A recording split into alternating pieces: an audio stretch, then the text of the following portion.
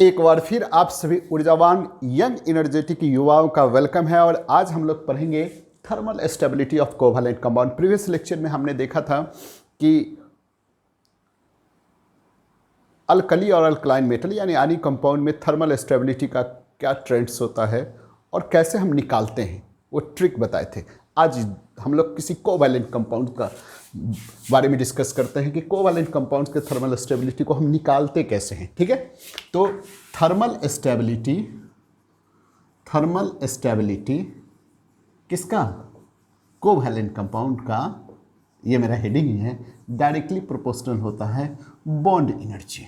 Bond energy बोलिए या bond enthalpy बोलिए। ठीक है, अब आप जानते हैं कि ये बॉन्ड एनर्जी और बॉन्ड इंथैल्पी, ये बॉन्ड इंथैल्पी डायरेक्टली प्रोपोर्शनल किसका होता है? साइज से इसका क्या है? उल्टा संबंध है। Size of bonded atom,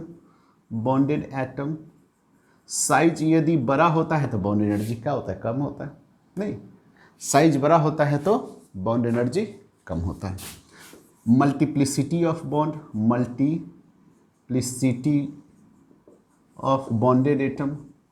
bonded atom, यानी आप जानते हैं triple bonded more stable, more bond energy than double and then single. यानी सिंगल और ट्रिपल में कौन ज़्यादा स्टेबल होगा? ट्रिपल होगा। क्यों होगा? क्योंकि बॉन्ड एनर्जी ज़्यादा होगा। चलिए, और इन्वर्सली प्रोपोर्शनल टू लोन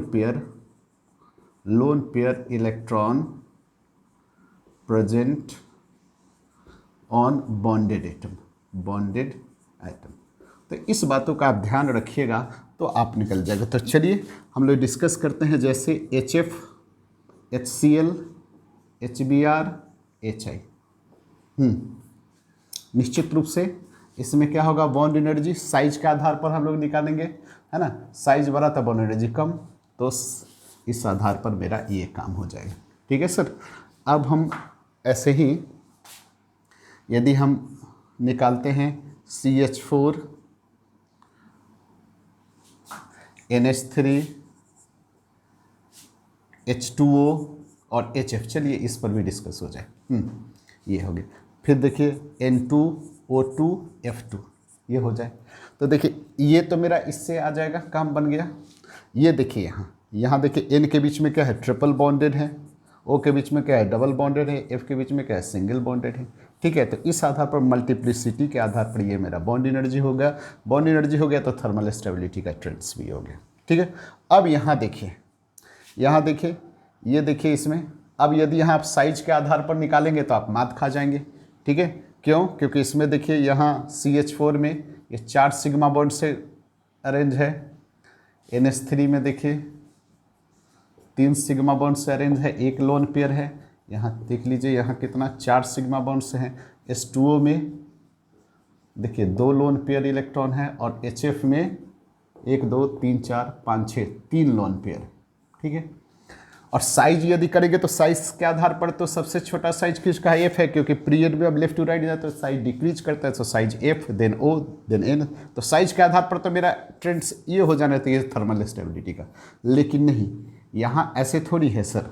ऐसे इसलिए नहीं है क्योंकि यहाँ देखिए 5 एटम है, इसमें 4 एटम है। तो एटम है, सिग्मा बॉन्ड का भी में अंतर है। यहाँ 1 सिग्मा बॉन्ड है, यहाँ 2 सिग्मा है, या 3 सिग्मा है, यहाँ 4 सिग्मा है। साथ साथ आप लोन पेयर पर यदि बैठाएंगे तो लोन पेयर जितना ज़्यादा होगा स्टेबिलिटी कम होगा। तो लोन पेयर, यहाँ लोन पेयर कितना है? लोन पेयर इलेक्ट्रॉन 3 है। यहाँ लोन पेयर कितना है? 2 है। यहाँ लोन पेयर कितना है? 1 है। यहाँ लोन पेयर कितना है? 0 है। तो लोन पेयर कम है तो स्टेबिलिटी ज़्यादा है। ठीक है, लोन पेयर कम यानी याद नहीं है, यहाँ तो है ही नहीं। ठीक है, तो लोन पेयर जितना कम होगा, सिग्मा बॉन्ड जितना ज़्यादा होगा, उसका स्टेबिलिटी उतना ही ज़्यादा होगा। तो इस आधार पर मेरा ऑर्डर ये हो गया। क्लियर? अब वैसे ही चलिए BF3 BCl3 BBr3 और BI3, तो इसमें मेरा ट्रेंड्स क्या होगा? ये होगा। काहे होगा? इसमें आप देखेंगे कि F इसमें क्या पी पाई बैक बॉन्डिंग लगाता है, जिसके कारण से इसका क्या होगा? स्टेबिलिटी हमारा बढ़ जाता है। तो चलिए ये आप लिख लीजिए, इसको कॉपी कीजिए 1 मिनट में। तो चलिए इसका मिटाइए और देखते हैं। वैसे ही यदि हम कार्बन के हाइड्राइड, जैसे कार्बन है, सिलिकॉन है, जर्मेनियम है, टीन है, आप ग्रुप 14 में यदि बढ़ते हैं तो देखिए CH4 है, SiH4 है, GeH4 है, SnH4 है।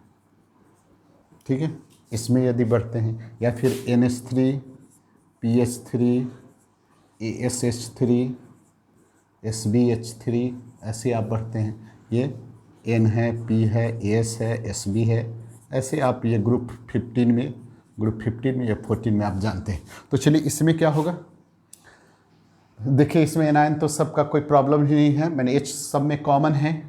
तो अब किसके आधार पर, साइज, इसके साइज के, तो कार्बन का साइज सबसे छोटा है, तो साइज जैसे जिससे नीचे आएगा बॉन्ड एनर्जी घटेगा, तो इस ढंग से बॉन्ड एनर्जी का ट्रेंड ऐसे होगा। वैसे ही यहाँ भी होगा, क्यों, क्योंकि N का साइज सबसे छोटा है, इसका, यानी ये साइज पर हमारा बैठ गया। अब जरा देखिए SiO2 और CO2, देखिए इसमें निश्चित रूप से ये सैंड्स है, ये गैसियस स्टेट में, यहाँ भी इसका ट्रेंड इस ढंग से होगा। चलिए वैसे ही एक चीज़ याद रखिए, F2Cl2 Br2I2, इसमें आप एक्सेप्शन देखते हैं साइज के आधार पर, यहाँ देखते हैं तो आपको ऐसे होना चाहिए, लेकिन ऐसे नहीं होता है। क्यों, क्योंकि यहाँ F के बीच में जो लोन पेयर इलेक्ट्रॉन होता है उसके बीच में इंटर इलेक्ट्रॉनिक रिपल्सन इतना ज़्यादा हो जाता है कि इसका बॉन्ड एनर्जी कमज़ोर हो जाता है, तो स्टेबिलिटी भी, थर्मल स्टेबिलिटी भी कम हो जाता है। तो यहाँ कुछ ऐसे हो जाता है। तो ऑर्डर क्या होगा, Cl2, F2, Br2 and I2। ठीक है, तो ये एक्सेप्शन है जिसको आप ध्यान में रखिएगा। नेक्स्ट आप देख सकते हैं, कहता है कि आप एक चीज़ और ध्यान में रखेंगे। चलिए ये साइक्लोहेक्सेन है, देखिए साइक्लोहेक्सेन, और ये आपका बेंजीन है। इसमें क्या होगा, तो निश्चित से सिग्मा बॉन्ड ज़्यादा होगा। ठीक है, तो उस केस में यहाँ इसका स्टेबिलिटी क्या हो जाएगा, इस ढंग से हो जाता है। ठीक है, तो ये आप इस तरह ट्रेंड्स है, आप इसको क्या करेंगे, आप ध्यान में रखेंगे। ठीक है, तो this is your all about thermal stability of covalent compound. तो आज की मुलाकात को यहीं ख़त्म करते हैं और मिलते हैं नेक्स्ट वीडियो में। तब तक जय हिंद।